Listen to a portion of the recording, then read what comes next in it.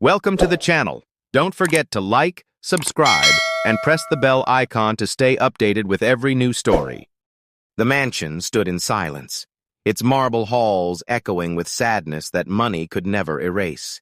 Sunlight streamed through tall windows, but even golden rays seemed unable to bring warmth into the heart of Victor Harrington, a man who had everything except the one thing he desperately longed for.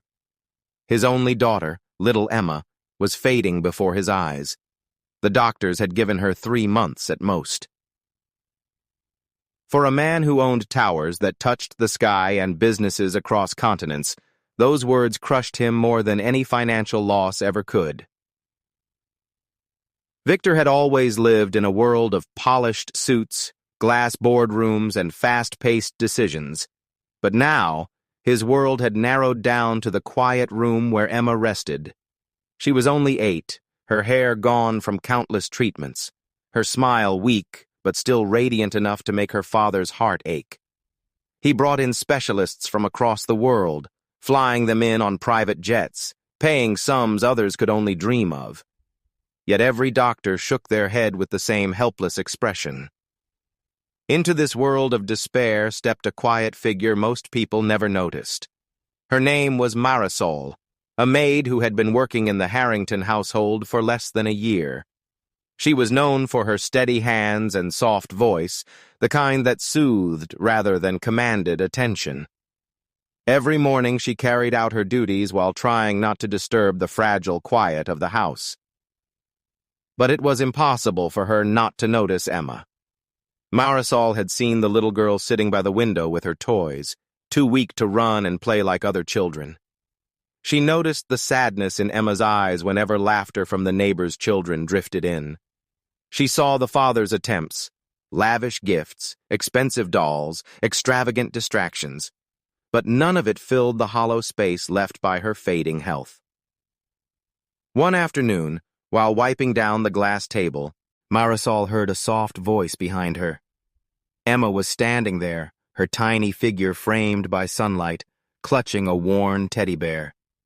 Her voice trembled as she asked, "Do you think I'm going to live, Miss Marisol?" The maid froze, her heart shattering at the innocence in the question. She couldn't lie.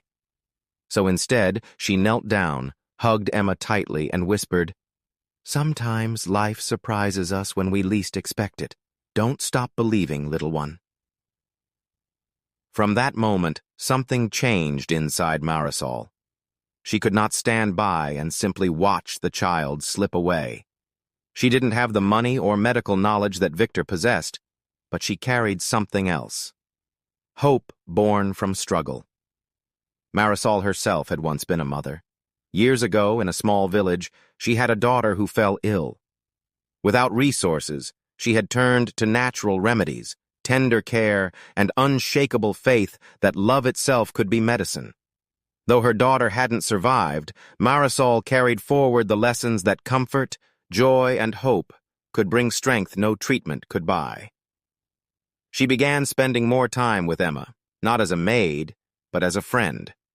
She taught her how to fold paper into tiny birds and butterflies. She baked simple cakes and let Emma sprinkle sugar on top with trembling hands. She sang songs in Spanish, filling the air with warmth, and convinced the little girl to plant a flower in the garden, telling her they would watch it grow together. Slowly, Emma began to smile more. Her laughter started to echo through the hallways again. Victor noticed the difference. He would come home from meetings to see his daughter clapping as Marisol made balloon animals or sitting in the garden planting marigolds and roses.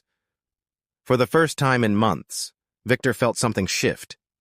Emma was still sick, but she was alive in a way he hadn't seen before. It puzzled him that the woman he barely acknowledged each morning was giving his daughter what no amount of money had achieved. Yet Victor's heart remained guarded. He feared hope because he had already prepared himself for loss. Then came the day that would change everything. Emma's condition suddenly worsened. She grew pale, her small frame shivering despite warm blankets. Doctors rushed in again, filling the room with medical jargon and sterile equipment. Victor stood helpless, his throat tightening with dread. But while everyone else focused on machines and charts, Marisol quietly slipped to Emma's side. Holding the girl's hand, she whispered stories of bravery, of how flowers fight through soil to meet the sun, of how her own daughter once taught her that the heart is stronger than anyone believes. She began humming a lullaby, her voice steady, pouring every ounce of love she had left into that fragile moment. Something remarkable happened. Emma's breathing calmed. Her tiny hand gripped Marisol's fingers with surprising strength. The doctors were baffled. Her pulse grew steadier. Her color slowly returned. No medicine had changed. No new treatment had been given.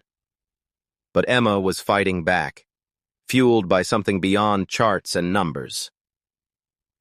Victor watched in stunned silence, tears streaming down his face. He realized that while he had been trying to buy more time with wealth, Marisol had been giving his daughter a reason to hold on to life. It wasn't just care she offered, it was love, the kind that sees no status, no salary, no boundaries. In that moment, the billionaire fell to his knees beside the maid, overcome with gratitude and guilt all at once. Days turned into weeks. Emma's strength grew little by little. She still had challenges, but she was no longer fading. She laughed more often, painted pictures for her father, and watered the flowers she and Marisol had planted, now blooming brightly in the garden. The doctors, once so certain, admitted they had never seen such resilience. One afternoon, Victor called Marisol into his study. The sunlight caught on the tears in his eyes as he told her she was no longer just a maid. She was family. He offered to fund anything she needed, but she shook her head gently. All she wanted was to continue being by Emma's side. The mansion, once silent and cold, now brimmed with laughter again. Emma's future remained uncertain, but the hopeless countdown had been broken. And Victor, the man who once believed money could buy every solution, had learned the greatest truth. Sometimes the richest gift comes from the simplest heart. Because in the end, it wasn't billions of dollars that gave Emma her strength. It was a maid's love, a flower in the garden, and the belief that even in the darkest moments, kindness can bring light.